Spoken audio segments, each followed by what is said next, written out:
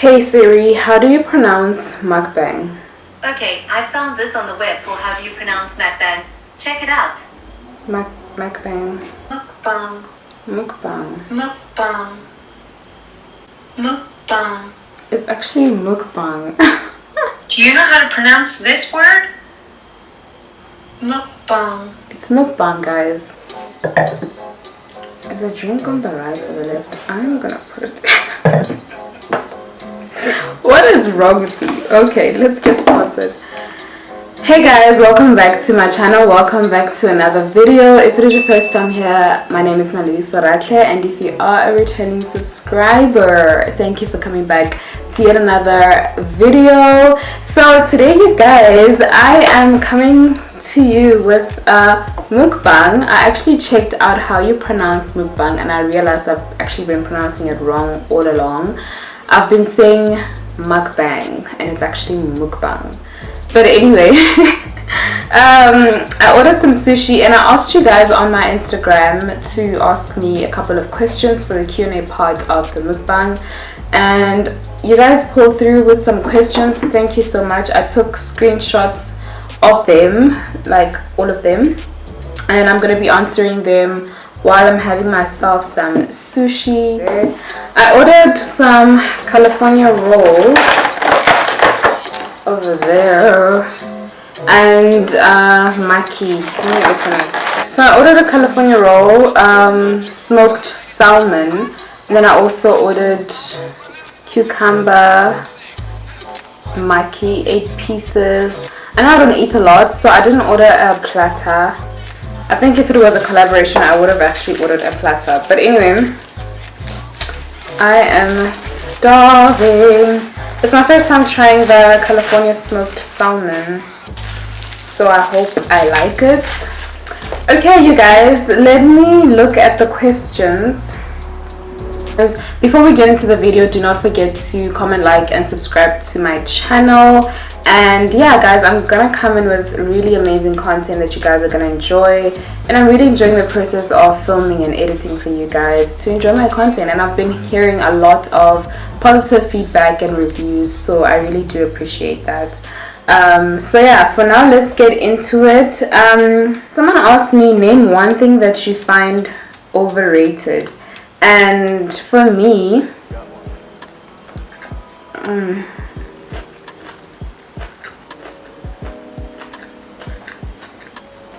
this is good.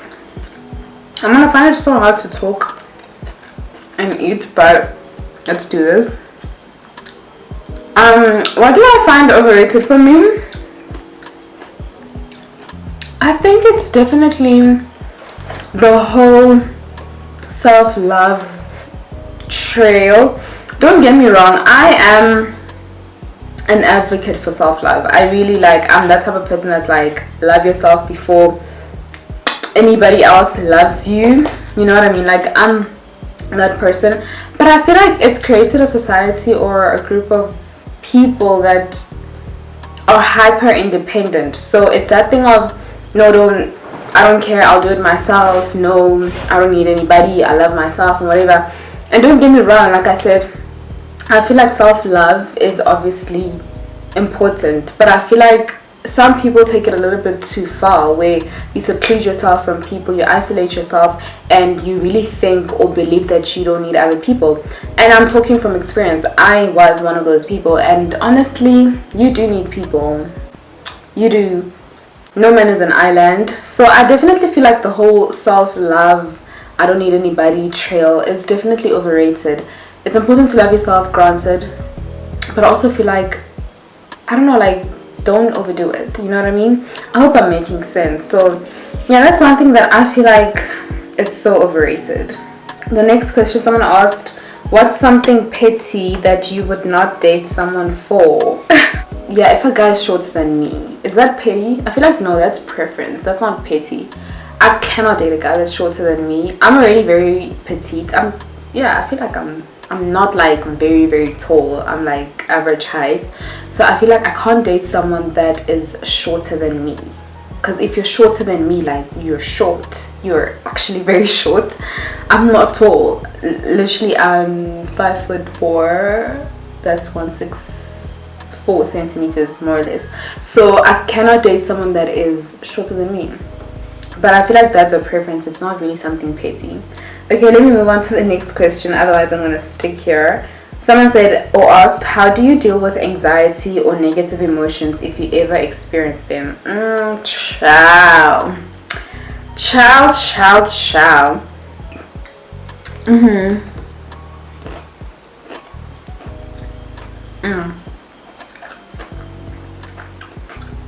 I've definitely experienced negative, thoughts or emotions as well as anxiety. Especially anxiety. I've experienced that a lot, especially in varsity. Like, that's where I realized my anxiety was off peak. I did have anxiety in high school, grade 12, but I feel like in first year of varsity and second year of varsity, it just got worse. And yeah, it was just horrible. I'm gonna try having this wasabi.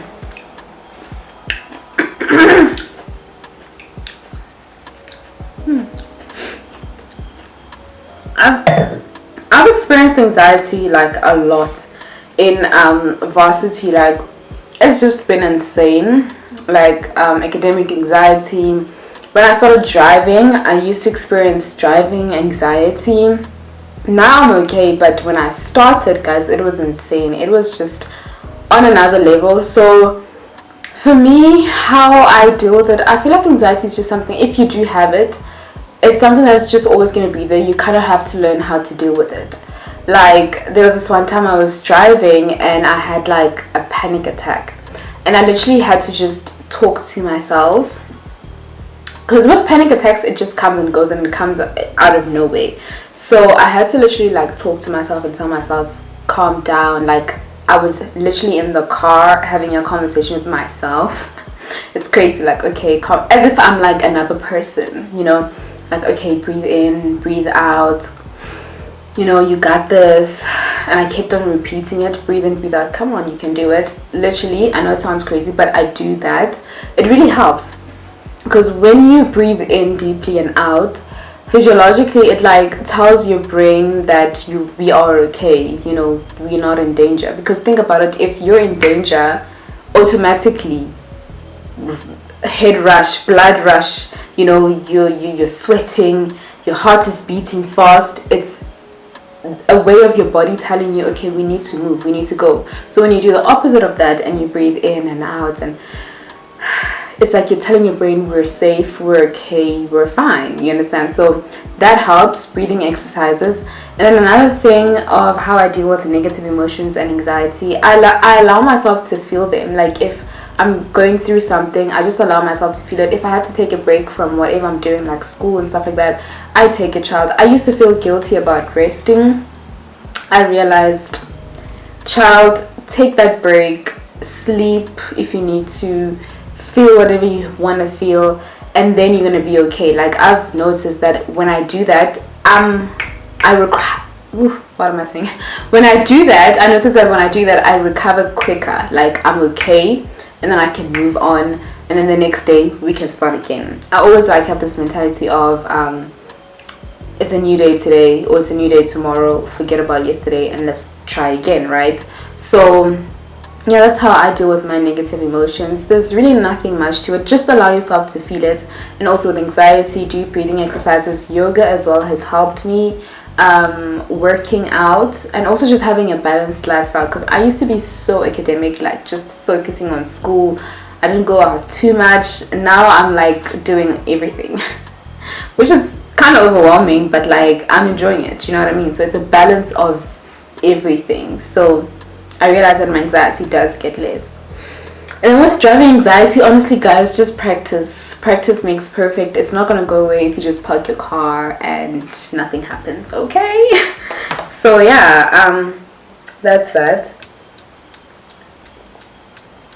The next question, what keeps you motivated? So for me, what keeps me motivated is looking at what I don't have and the things that I want to achieve, and for me not having them is enough motivation. Like if I want something and I wake up and I still don't have that something, that's enough motivation to keep me going.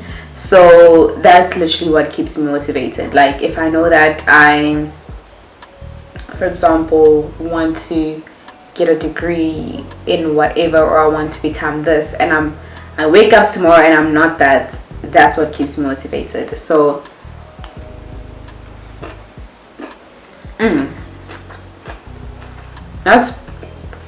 that's pretty much what keeps me motivated. And also seeing people that are in my age group, you know, win and do big things, that really keeps me motivated. Like I feel like, wow, damn girl, like, or damn boy, or whatever, like wow, I also want to get on that level.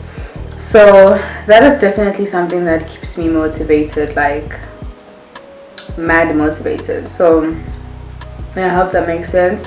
And then how do you balance everything that you have going on in your life?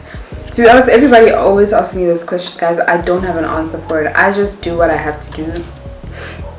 I really don't, like, I don't have a recipe. I can't tell you do this and that. Like guys, I just wing it. Hey, I'm not gonna sit here and lie to you and tell you I do this and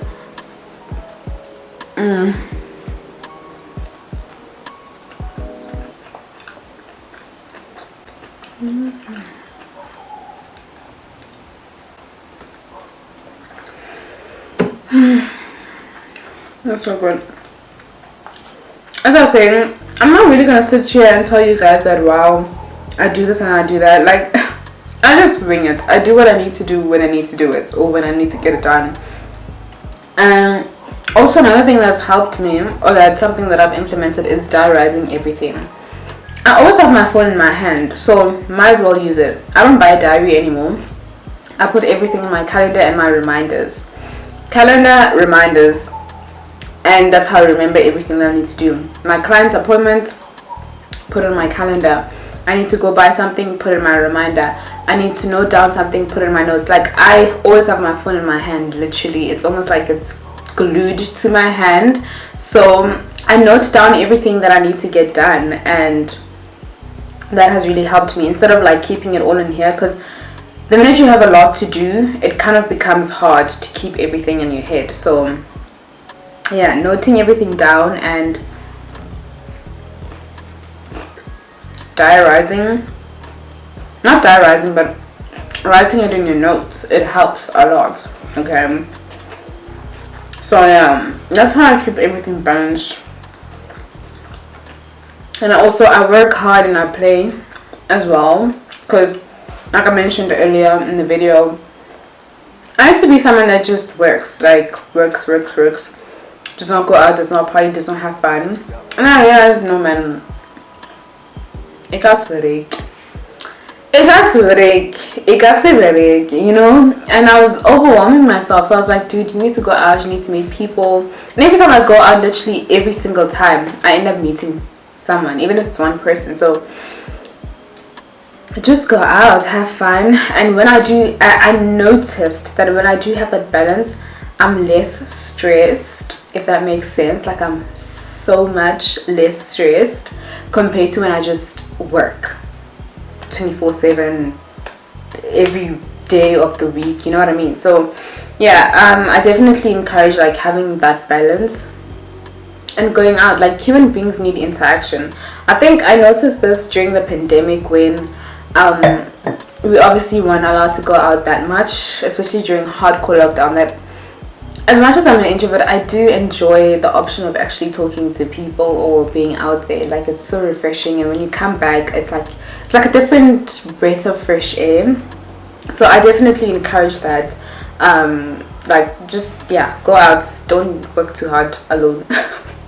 You know what I mean? Like, yeah, come on, go out with your friends, be naughty, be silly, be funny, be goofy, like Khafanyana, you get what I mean? Someone asked me what, and I got this question twice. Ojala lemanye matop survey. Okay, I'm a top 7. Okay, someone also asked me, Ojala lemang ulipila so. Oh my gosh, you guys. So I got this question twice. Did I get it third time? Yeah, I got it twice. Currently, I'm not. I'm just not. I'm not dating anyone. I'm not. I'm going on dates, but I'm not like in a committed relationship to anyone. Currently, but you know, yeah, the potential some way. That's all I'm gonna say. I almost dropped my sushi. The potential, you know what I mean, but I'm not in a relationship currently, so I hope that answers your question. Okay, the next question, someone asked what are your plans for this year? To be honest, I'm just at this point I'm just winging it. I do have a wish list, and I'm not a big fan of New Year's resolutions. Resolutions. You guys get what I'm saying? I'm not a big fan of those. I just do what God guides me to do. And I have like goals or goal lists, but I'm not a big fan of like resolutions. I don't know, there's just something overrated about them, and yeah, I just like having goals. Like one of my goals this year or wishes was to sign into a modeling agency, which I did. I'm officially assigned sync model, so yeah, that was the plan, and so far so good. Definitely growing more of my brand and my platform, and also creating more content for you guys on YouTube, and hopefully traveling to more places and doing more traveling vlogs. I noticed that when I do traveling vlogs, I'm like my happiest. I don't know, like I'm so happy. I'm very very happy when I'm doing traveling vlogs. Like, so definitely I want to look more into creating wholesome content and content that you guys will enjoy as well. And yeah, I'm excited for that. What did you learn the most about Varsity, and what you study? Honestly, I learned that you need people more than anything. Like, Varsity is a community. You're not gonna do it by yourself. Like, whether you come from high school with 10,000 distinctions or 9 distinctions or 7 distinctions, you need people. You need study buddies. You need friends. Like, you cannot be by yourself. You definitely need people. You need study buddies. You need people to remind you about assignments when you forget, or semester tests, or like just people, like, you know what I mean. And it's usually very nice when you make it a group effort. I feel like you end up enjoying your degree more when you actually make school a group effort. Obviously, you're there to get your degree alone, because the degree is not gonna say Miss or Mr. Mang Mang with Mang Mang. You know what I mean? Like, it's for you. But I definitely encourage, you know,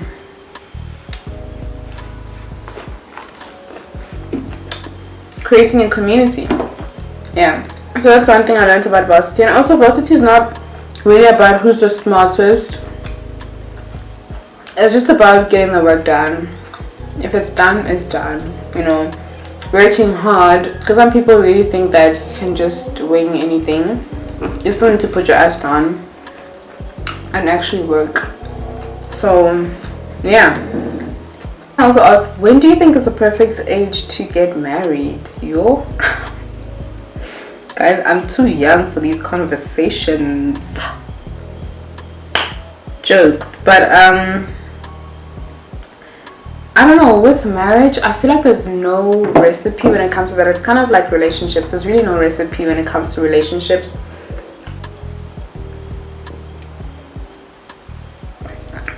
This is so good. There's really no recipe when it comes to relationships, you guys. Like, if you want to get married at 21, do it. But there was this one time I was on Google, I was like, what is the right age to get married? And Google mentioned that it's somewhere between, I think it said 33 or 34. I'll search it again, but it was in the early 30s or in your 30s. Because in your 20s, a lot of things are changing, you know, not just your environment, but also yourself. Like, you're learning and discovering new things about yourself, and deciding on someone right then, and you might change. Like, you're not going to be the same person you were at when you're 27, and you're not going to be the same person you were at like 23, you know, when you're 27. That's what I meant. So when you get married, maybe the other person might feel like, wow, this person switched up on me. Can't you know you did not switch up? It's you evolved as a person. So it's a tricky one. I just say do what works for you. But for me personally, I don't see myself getting married before the age of 25. I feel like the years before 25 are my me years. I need to develop, you know, myself and build myself as a person, and, you know, build an empire for my family, because I'm not just doing this for myself. I'm not waking up and busting my app, you know, just for, or busting my off just, you know, for fun. Like, it's actually for my family and for future generations to come, you know, creating generational wealth. So yeah, I definitely feel like there's no recipe for that, but personally for me, before 25 is a no-no. Probably maybe 25, 26, 27. Yeah, no, what did I say? 20, yeah, 26, 27, 28, around there. That's when I'd consider it. But I can't like say when is the perfect thing to get married. And what advice would you give to a high school girl like me? I love your content, by the way. Thank you so much. Thank you, thank you, thank you. What advice would I give to a girl in high school or a high school student? For me, what would I say? Oh my gosh, I did high school when a long time ago. Academically wise, you need to look at what you want to do and what you want to be. If you don't know yet, do your research, because there's so many things in university, and I only realized that after high school that there's so many options in university that we are not told about. So I definitely would say do your research and make sure that you make the right decisions.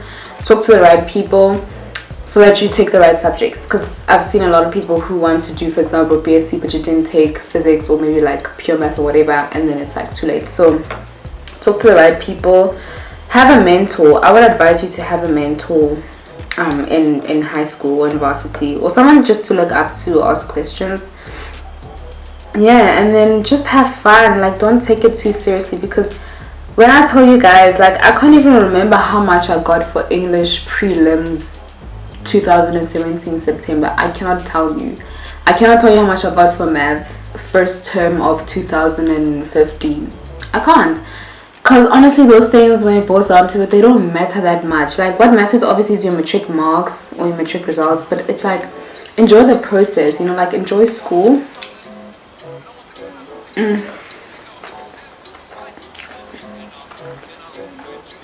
This was good. I'd say I just enjoy the process, enjoy school, like, you know, and be happy. Like, be a child, be happy. Don't feel like you have problems, because I would read my high school journal and I'm like, girl, you thought you had problems, look at you now. So honestly, just enjoy high school, make friends, and you need to realize that some of the friends will be for life and then others you'll just fall out with. So don't take it too seriously in that sense, but have fun, man. You know, have fun. Okay, what was your best or favorite experience between high school and varsity? It was definitely varsity. I got to meet more people in varsity. I feel like in high school I was just going through a stage. I don't know, I was so shy. Like, I wasn't very, like, you know, outspoken and out there. So I definitely feel like it was Varsity, where I got to be myself a lot more and just be with people who allowed me to be myself. You get me? It was definitely Varsity. I also learned so much about myself and things that I thought I'd never be able to do or I'd never do in my life, and I did them. So Varsity was definitely my favorite experience. High school was not, it was just not my favorite. I'm not even gonna lie. It wasn't the worst, but it also wasn't my favorite time of my life. Yeah, Varsity takes the cup for me. It was just, it's amazing. A lot of sad moments, a lot of good moments, but Varsity definitely takes the cup. I feel like I got to learn more about myself as a person, more about people in general, people dynamics, you know. So yeah, my favorite experience was definitely Varsity more than high school. And then the last one, I'm trying to see if I answered. Yeah, I didn't answer all the questions, but the last one is gonna be this one. So someone asked me, what was your most or biggest embarrassing moment? Oh my goodness. So it was when I was in primary school. I actually still remember this. I have a good memory. I was in primary school and I was with my friend. I slept over, so it was on a Sunday. I slept over on Saturday, and then the next day was Sunday, and then we're going to church. So I didn't have like a skirt to wear to church or whatever, and she borrowed me her skirt. Now we had different sizes, so I was very like skinny, so that skirt was a bit big on me. But eventually I found ways to tie it with a pin and whatever.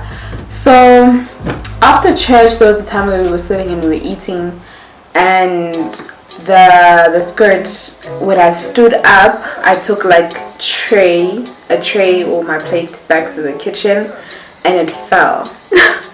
The skirt fell, like it didn't fall all the way to, you know, the ground, but like it went down. It was so embarrassing, and there was nothing I could do. Everyone just kept quiet. It was just silent.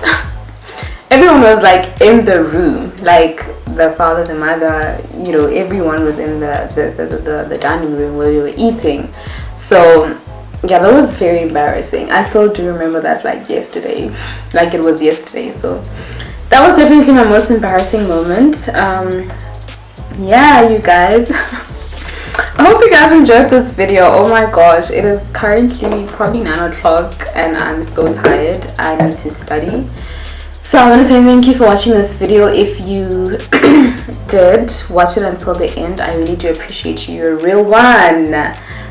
Tell me if you guys like this kind of content, and I will definitely film more for you guys, especially for you, because I love you guys so much.